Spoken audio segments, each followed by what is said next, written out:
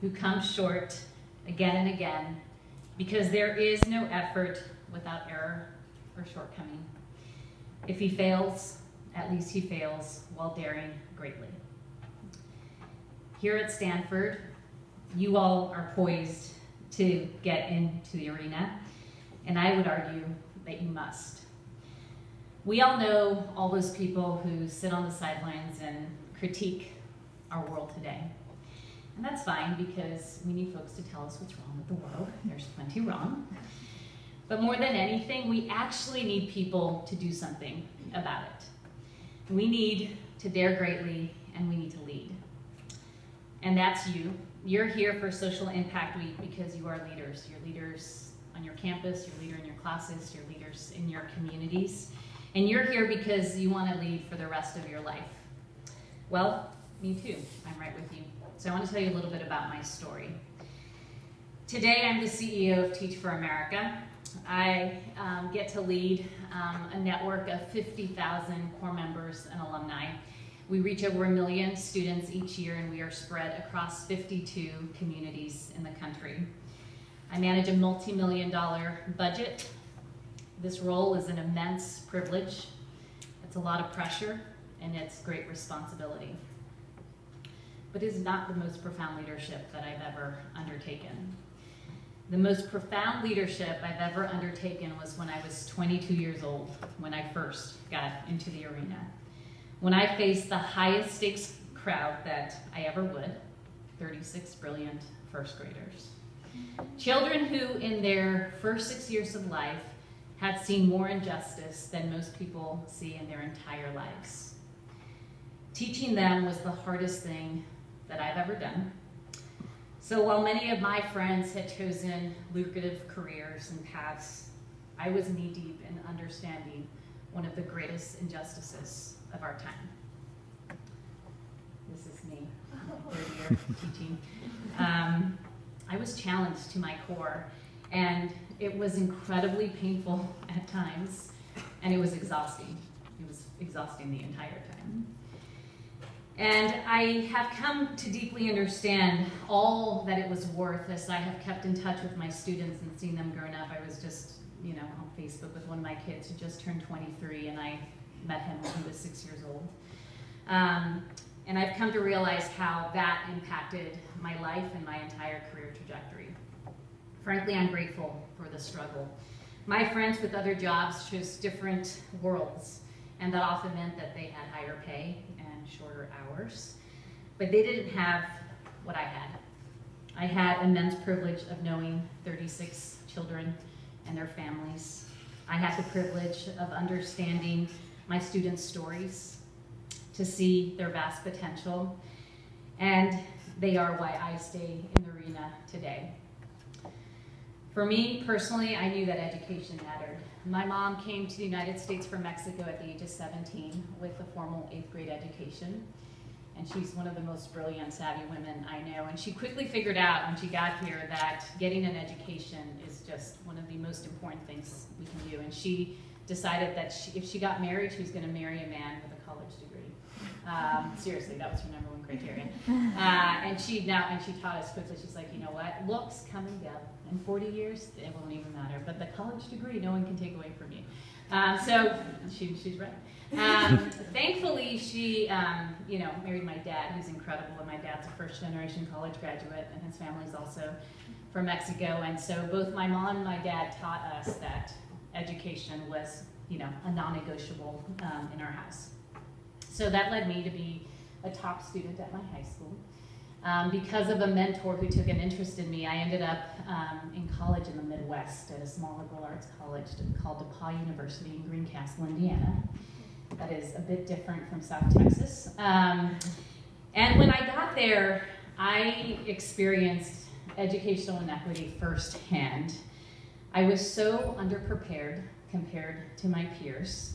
Their equal education in America had been a lot more equal than mine. I struggled mightily my first year. It took everything for me to stick with it. I worked incredibly hard. I was very focused. I was a basketball player, and I was very good.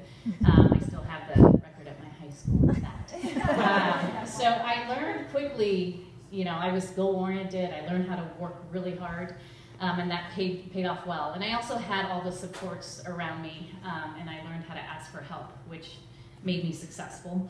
But it made me start to think about all of my friends who had not made it to college, let alone did not get to graduate from college. And it was when that experience came into focus for me that I knew that I couldn't just stand back and watch this continue. And I knew that I needed to myself get in the arena and figure out how to make change.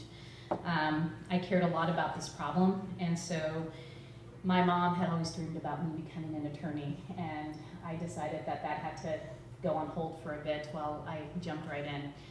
That led me to join Teach for America in 1998. I taught in Phoenix, first and second grade bilingual for 3 years. So at 22 years old, I dared greatly and I taught, and I've been in the arena ever since. That was now 17 years ago.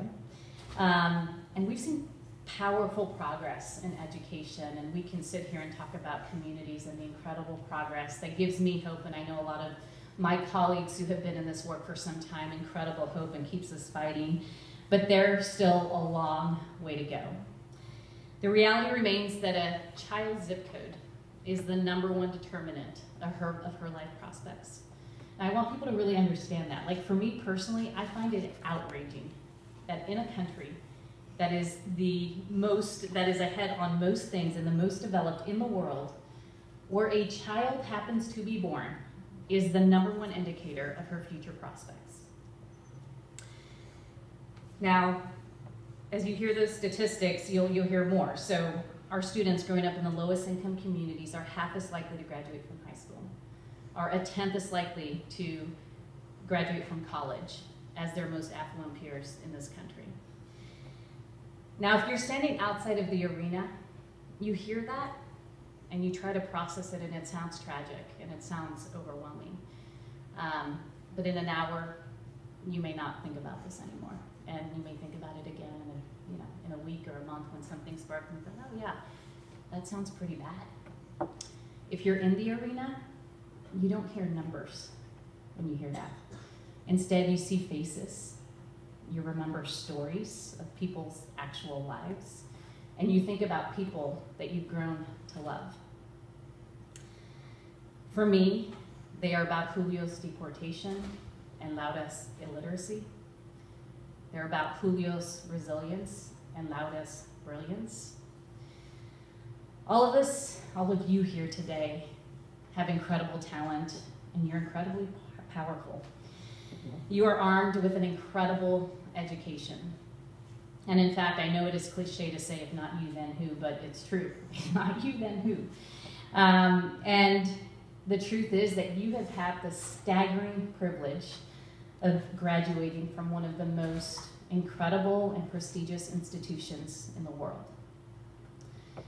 So, as you prepare to think about your path forward, consider this: you are ready to lead. You are ready to get in the arena, and you are ready to make an impact now. The call to action might be different for each of you and might mean different things for each of you, but it has to mean getting in the arena. It has to mean jumping in, getting grounded in life and the way the world works and the great injustices of our time. Get real experience so that you can lead and have an immediate impact. And I ask that you believe in the work that you actually choose to do. Believe that you can do it. Fully believe that it is in your power to make the change, because I desperately believe that. And I believe it because every day folks show me that it is possible. And I want to tell you a little bit about some of them. So DeRay McKesson and Brittany Packnett are two incredible individuals that I've had the privilege to get to know over the years. And they always knew that they wanted to make an impact in the world, but they weren't always sure how they'd do it. DeRay graduated from Bowdoin in 2007, and he graduated with a major in government. And Brittany also graduated in 2007, and she graduated from WashU in St. Louis with a major in African American studies. And they joined Teach for America, and that's how they chose to get in the arena, and they've been in it ever since. So when the protests began after Mike Brown's death in Ferguson, DeRay posted on his Facebook and said, "Hey friends, does anyone have a friend in St. Louis that I can stay with, because I'm driving from Minneapolis to St. Louis and I'm gonna go be part of the protests." And so one of our staff in St. Louis connected DeRay to Brittany, and Brittany is our executive director who runs the region in St. Louis for Teach for America. And they ended up meeting up at a gas station that was soon thereafter burned to the ground. And in the weeks and months that followed, both of them took powerful action, and they stayed in their arena despite the very real risks that they took every single day.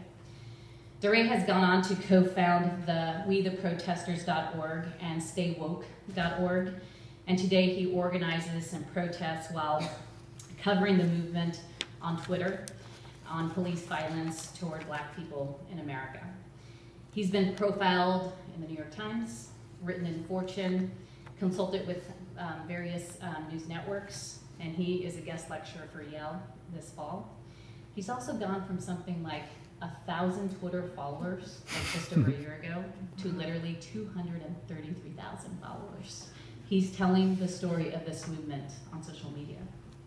Brittany least powerfully is our executive director of Teach for America in St. Louis, and she's an active member of the President's Ferguson Commission on 21st Century Policing. She was named earlier this year by Time Magazine as one of the 12 new faces of Black leadership in America. They both won the Peter Jennings Civic Leadership Award for Teach for America this last year, and I have a video of them that I'd like to share with you.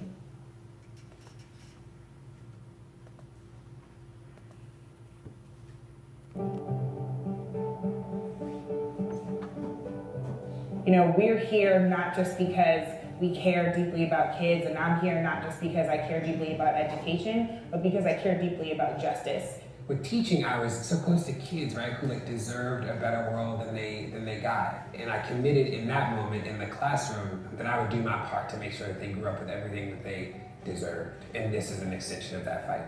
You know, in August, we were out there and we were fighting back against a police force and a system that was literally fighting us first, right? That had killed somebody, and we were out there saying no more. It became really clear that managing the information that was being disseminated would also become part of the win. So I created the newsletter so that we could have a consistent source of what the news was as we went. And that's where We the Protesters came from. We have a one-stop shop for most of the resources that protesters need to then empower them to continue doing the great work that they're doing. Backing the truth up with statistical information, backing up the truth with people's humanity and their stories, and making sure that we amplify those. And also making sure that the truth of what we know, what's happening in our communities, influences the work that is happening in the policy realm is really what our work has been about. So DeRay and I stay certainly linked arm in arm, but as he is working on technology infrastructure and new media and social media, make sure that I can be a bridge between the movement and the policy work that needs to be done. It's amazing to be a part of this protest family. It's amazing to be led by young people. It's amazing to have had the kind of opportunities to speak to world leaders that we have, to make sure that people don't forget that Black life matters and that our dignity and our humanity is not negotiable.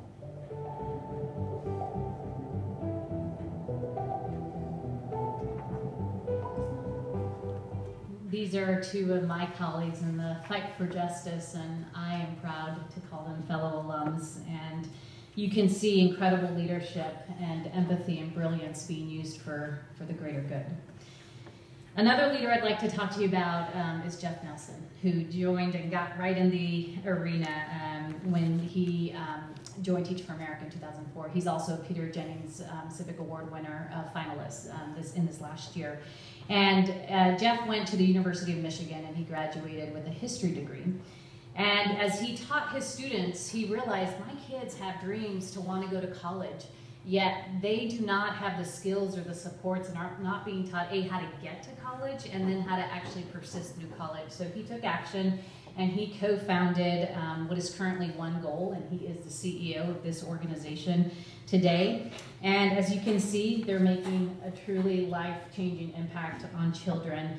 In a nation where only 9% of students will graduate from college who grew up in low-income communities, as I said earlier, his fellows that join One Goal, 77% of them are actually persisting through college or have graduated, which is an incredible, incredible outcome. Jeff Nelson, as you can see, is fully in the arena and he's making change.